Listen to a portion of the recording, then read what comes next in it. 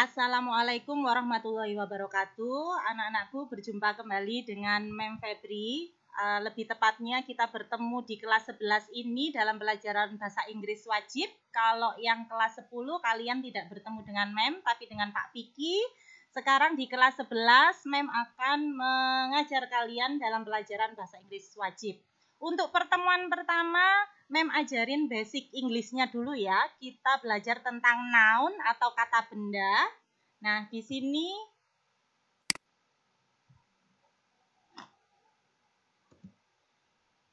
sini yang pertama Mem kenalkan tentang konsep awal language atau bahasa. Kalian tahu letter atau alfabet. Letter itu adalah huruf A, B, C, D dan selanjutnya itu.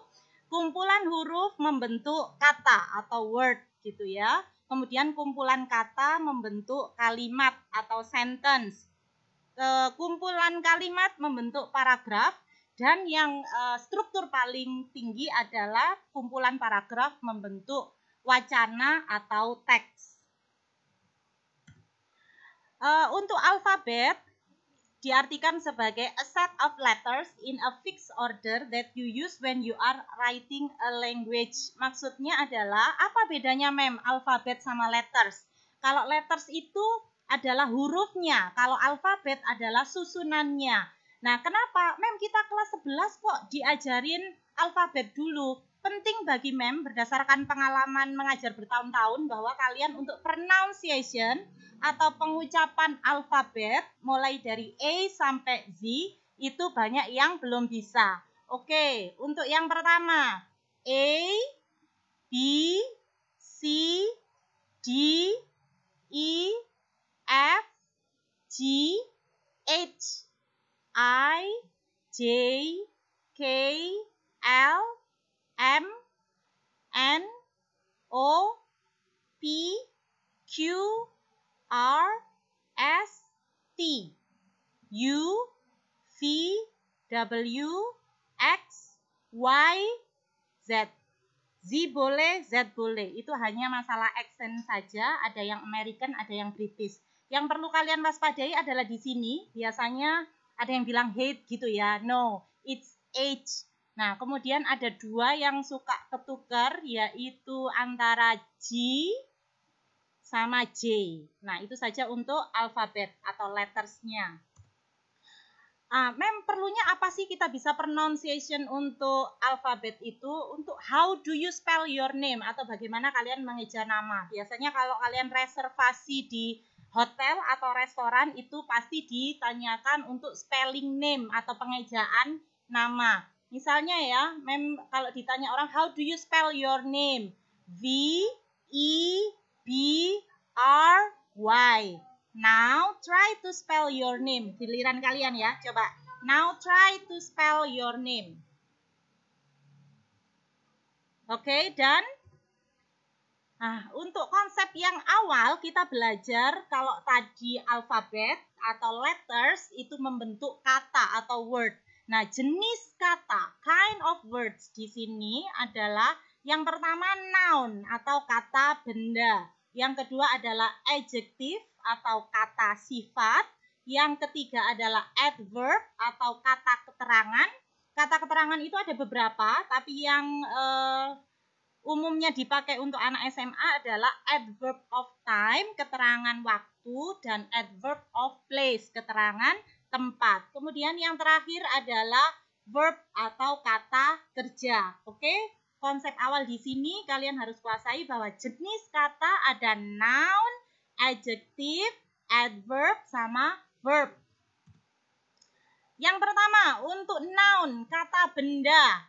Ciri-cirinya apa? Nah, kata benda itu ciri-cirinya bisa diberi awalan e atau en. E atau en itu apa, Mem? E atau en itu sebuah. Nah, kalau kata benda pasti bisa diberi awalan e atau en. Sebuah pensil. Nggak mungkin kan kalian bikin kata sebuah lari. Nah, kenapa nggak bisa ya? Karena lari bukan kata benda, tetapi kata kerja. Nanti di next pertemuan kita bahas tentang adjective, adverb, sama verb ya. Untuk yang awal ini kita bahas tentang noun dulu. Ciri yang pertama dia bisa diberi awalan atau prefix a atau an, atau numbers. Jadi 1, 2, 3 misalnya 1 pencil, 2 pencils gitu ya. 1 pensil, 2 pensil. Nah kalau misalnya 1 tidur, 2 tidur bisa nggak Mem? Ya nggak bisa. Memang tidur bukan kata benda. Untuk sama an istilahnya atau terjemahnya dalam bahasa Indonesia adalah sebuah. Nah beda penggunaannya di mana Mem? Untuk itu diikuti noun atau kata benda yang berawalan letters konsonan atau huruf konsonan. Apa itu huruf mati? Seperti B, C, D, dan lain sebagainya. Misalnya, a girl, a pencil. Nah ini loh nak maksudnya. Kan ini konsonan, G. Kemudian P, ini kan konsonannya. Kalau N digunakan untuk noun atau kata benda yang berawalan dengan huruf vokal. Apa itu huruf vokal? A, I, U, E, O. Contohnya misalnya an apple, an eraser. Nah, di sini maksudnya vokalnya. Jadi an itu diikuti oleh huruf A, I, U atau O gitu ya. Nah, Mem, apakah ini hanya tulisannya saja? Tidak, tetapi pengucapannya. Misalnya university kan awalannya huruf U, tetapi kan pengucapnya seperti huruf Y, maka dia menggunakan bukan en gitu.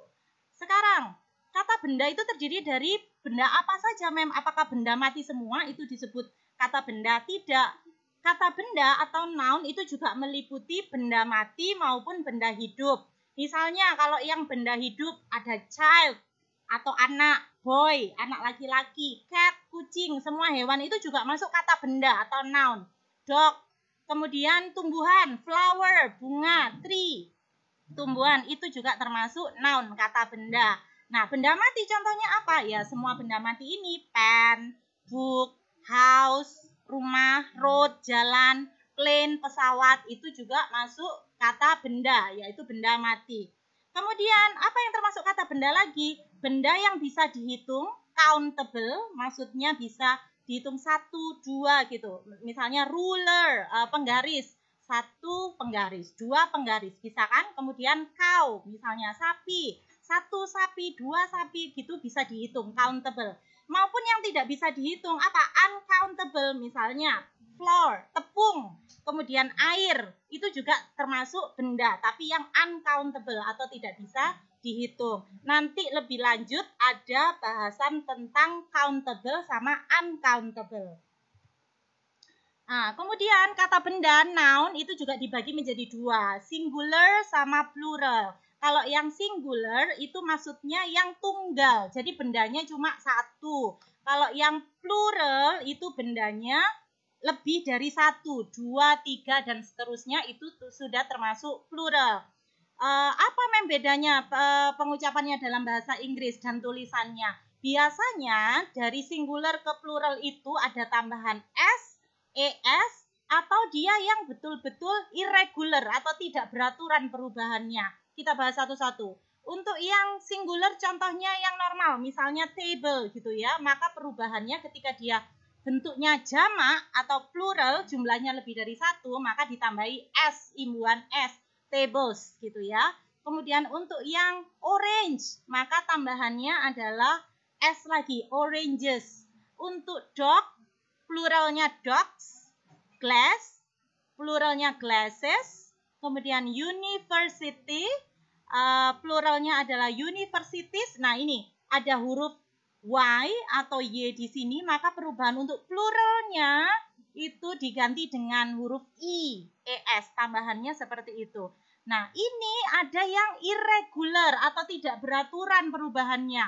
Misalnya child, bukan berarti pluralnya harus ditambahi S jadi child gitu, tidak seperti itu, tapi dia irregular, tidak beraturan, dia berubah menjadi children. Kemudian untuk mouse, tikus, bentuk satunya adalah mouse. Nah, bentuk pluralnya atau bentuk jamaknya bukan mouses, tidak, tapi jadi mice. Untuk tooth, gigi. Untuk singularnya kan tooth, satu gigi. Kalau giginya banyak, bukan tooth tambah S gitu, tapi jadi teeth. Untuk leaf, daun, pluralnya juga berubah. F-nya berubah jadi V, jadinya leaves gitu ya. Nah, Dari penjelasannya Mem tadi, kalian coba melakukan exercise sebagai berikut atau latihan. Ini sekaligus jadi penugasan yang pertama tentang pokok bahasan kita tentang noun atau kata benda. Kalian di LJK atau lembar jawaban kerja itu silakan membuat kolom seperti ini dengan judul di atas penugasan 1 noun bahasa Inggris. Nah, cukup 5 kata saja. Yang pertama adalah kata yang berawalan dengan meaningnya atau artinya. Kemudian kata yang berawalan en dengan meaningnya juga. Yang nomor 1 contoh dari Mem ya. Jadi kalian jangan meniru contoh yang nomor 1. Oke, cari kata yang lain. Kemudian kolom yang kedua adalah kalian mencari kata bentuk singularnya seperti apa, perubahan pluralnya seperti apa, meaningnya apa. Nah, contohnya di sini goose, ini kan angsa. Kalau 1 angsa, kalau lebih dari 1 angsa berubah jadi geese gitu ya. Oke, sekian pelajaran kita hari ini tentang noun. See you soon. Wassalamualaikum warahmatullahi wabarakatuh.